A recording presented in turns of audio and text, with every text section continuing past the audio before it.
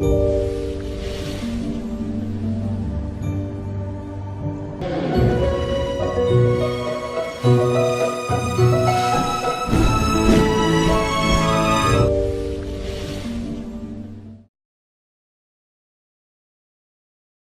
Susan est venue. Mamie! Ma Susan, ma petite fille. Chanel, ma grosse Chanel! Toujours aussi grosse. Ton père va être heureux de te voir, lui qui a fait tant de soucis pour toi. Il est averti, Madame Chanel. Il aurait donné ordre qu'on ne le réveille pas. Comment? Il n'a pas encore descendu à 11 heures?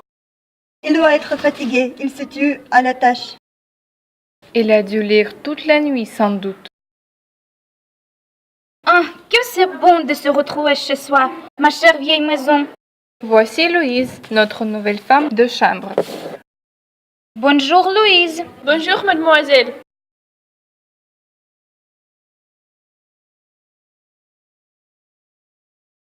Ah, c'est toi? Est-ce que Catherine se lève? Est-ce que je sais? On t'a réveillé du collège? Mais non, au contraire, j'ai de très bonnes notes. Tout va bien. En voilà une, moi, contente de son sort. C'est pour moi que tu dis ça. Mes petites, je vous en prie, ne recommencez pas. Pardonne-moi, je n'ai pas pu dormir de la nuit. Ma petite sœur. Susan, tu es déjà arrivée.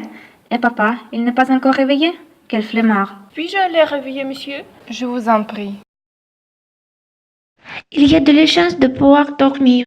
Avec tout le bruit que nous faisons. Oh, ils ont d'autres neufs que nous. Qu'est-ce que c'est? Madame, monsieur, c'est affreux, monsieur est mort. Sur son lit, un couteau dans le dos, Vous êtes folle. Qu'est-ce que vous dites? le sang. Monsieur est mort, et le sang partout. Maman! Personne ne doit entrer dans la chambre avant l'arrivée de la police. Je laisse la clé ici. Personne ne doit le toucher. Qu'est-ce que tu dis? Il faut téléphoner à la police. On a coupé les fils du téléphone. Qui? Quelqu'un. Connaissez-vous quelqu'un qui aurait voulu du mal à papa? Personne. Il faudra prévenir les sœurs de papa. Les sœurs de ton père? En voilà une idée. Une femme pareille. Cet homme rôde peut-être autour de nous. Un homme? Pourquoi un homme? Qu'est-ce que c'est peut-être d'autre? Mais une femme? Vous avez l'air de nous accuser? Quand on a la conscience tranquille... Non, tu m'es indifférente. Que je suis malheureuse. Tout le monde dit que je suis une idiote. Maman, tu marches. Calme-toi. Veux-tu boire quelque chose pour te détendre? Il nous faut délucider qui a osé assassiner notre père. Louise, qu'est-ce que vous avez fait la nuit? J'ai mal dormi, j'avais un pressentiment hier. Monsieur avait mauvaise mine quand je lui ai apporté cette tisane. Dites-moi, quand vous avez la fait, Madame Chanel était encore dans la maison? Elle venait de partir. Elle n'a jamais fait de mal à personne de jouer au quart avec Mademoiselle Pierrette. Madame Chanel, qu'est-ce que tu penses de Catherine, Mamie et Augustine? Catherine parle mal. Elle mange du chewing-gum à table, elle fume en cachette, elle lit des romans abracadabra. Oh là là, ce que tu es vieille vague. Chanel, à quelle heure es-tu partie hier soir? Vers minuit. Tu es allée te promener? Tu te moques, Catherine. Je t'ai repassé un pantalon dans la lingerie. Et nuit, je suis partie. Chanel, est-ce que Louise travaille bien? Louise est une coquine qui va de place en place avec l'espoir de coucher avec le patron. Il faut absolument que je te fasse une confidence. Il n'y a que toi en qui j'ai confiance. Voilà, ton père n'avait plus d'argent. Personne ne le sait que moi. Écoutez, regardez, on marche dans le jardin. Je m'excuse, madame. Je ne me serai jamais permis de venir ici, chez mon frère, sans être invité. Mais les circonstances J'ai reçu un coup de téléphone. On m'a dit, venez vite, votre frère a été assassiné. On a raccroché. Alors j'ai appelé ici. Pourquoi me regardez-vous toutes comme ça? C'est une plaisanterie, n'est-ce pas? Répondez! Oh, autant le dire, Pierrette. Je la recevais dans mon pavillon, ça va. Elle passait la nuit. Bon, je suis venue ici un jour voir mon frère. J'avais quelque chose d'important à lui dire. Elle venait sans doute lui demander de l'argent. Je n'ai jamais demandé de l'argent, Marcel. Écoutez, il s'agit de savoir ce que toutes nous avons fait exactement cette nuit. Maman, où étais-tu? Quelle question? Dans ma chambre? En es-tu sortie? Non. Si, une fois, j'ai été voir si Catherine n'est pas malade. Catherine, tu t'es levée? Tu n'as rien entendu? Tante Augustine, un moment, m'a dit d'attendre. Tu lui as répondu? Oui, Oui, encore moi, petite peste. je ne voulais pas le dire. Je l'ai vu devant sa glace, avec quelque chose dans les mains. C'était un couteau. Petite folle, toutes tes lectures t'ont tombé la tête. Ce que je tenais à la main était mon pain blanc, en nègre. À 3 heures du matin? Il n'y a pas d'or pour les peines. As-tu entendu des pas, des portes cloquées? Je n'ai pas fait attention. Pardon, tu ne pouvais pas dormir? Quelqu'un qui ne peut pas dormir est nerveux. Oui, c'est exact. Mamie, tu t'es levée? Non. Oui. Je me suis levée vers 1 heure. J'ai fait du tricot dans mon lit très tard. As-tu croisé quelqu'un? Non, mais il m'a semblé entendre des éclats de voix venant de chez Marseille. Je pensais que c'était toi, Gabi. Moi? Ce n'est pas possible. Louise, avez-vous quelque chose à dire sur ces éclats de voix venant de chez mon père? Monsieur était seul. Avez-vous rencontré quelqu'un? Oui, mademoiselle Augustine. Tiens, tu nous as dit, tante Augustine, n'avoir rencontré personne. Je vais oublier. J'étais allée boire. Elle a passé sa nuit à boire. À quelle heure, Madame Chanel, êtes-vous partie? Je n'ai pas regardé, mais c'était autour de minuit. Louise occupe ma cuisine. Elle a voulu faire ce tilleul elle-même. Il ne me reste plus qu'à vous demander où vous étiez-vous, Pierrette. Où étiez-vous hier soir? Je suis allée faire une visite personnelle. Et vous n'avez pas vu mon mari hier soir?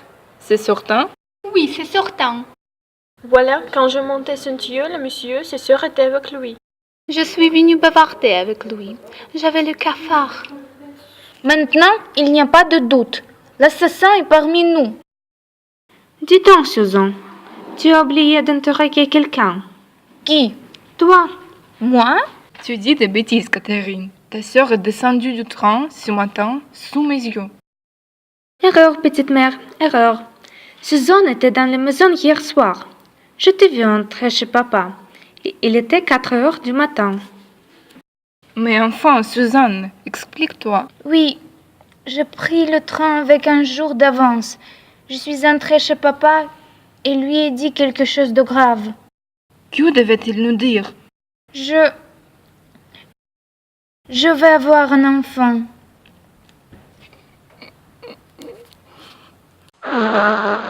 Quelle horreur.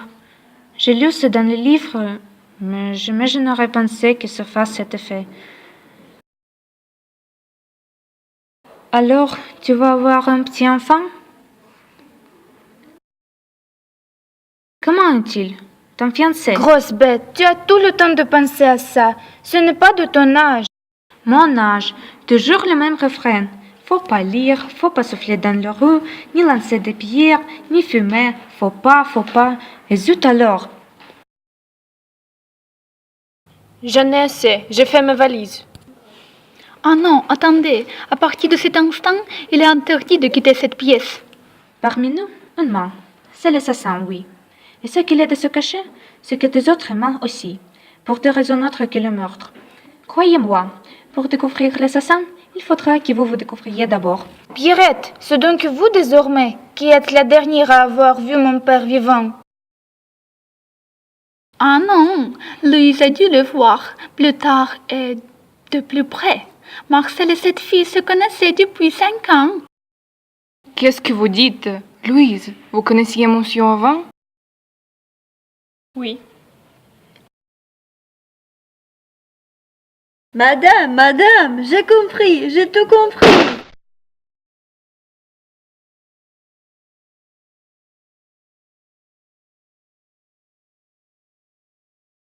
Tant Pierrette est partie. Les affaires de Pierrette sont encore là?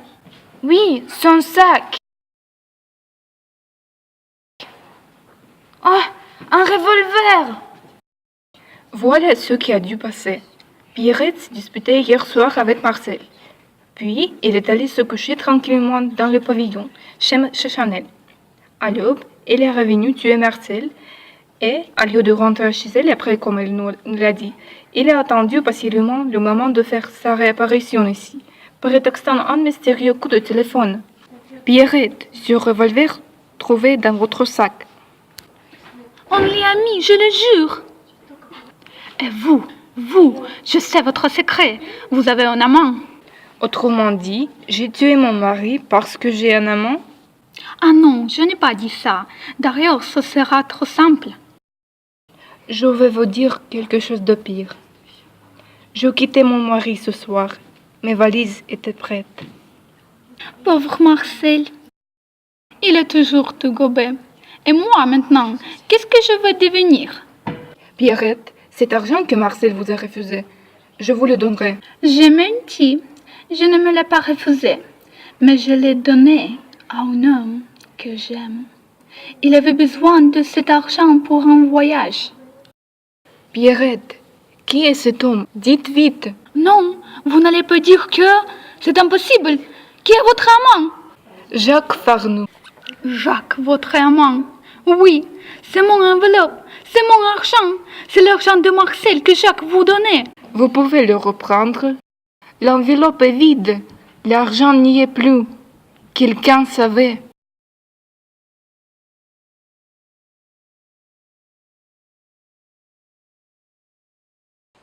Tu sais tout, Chanel, n'est-ce pas?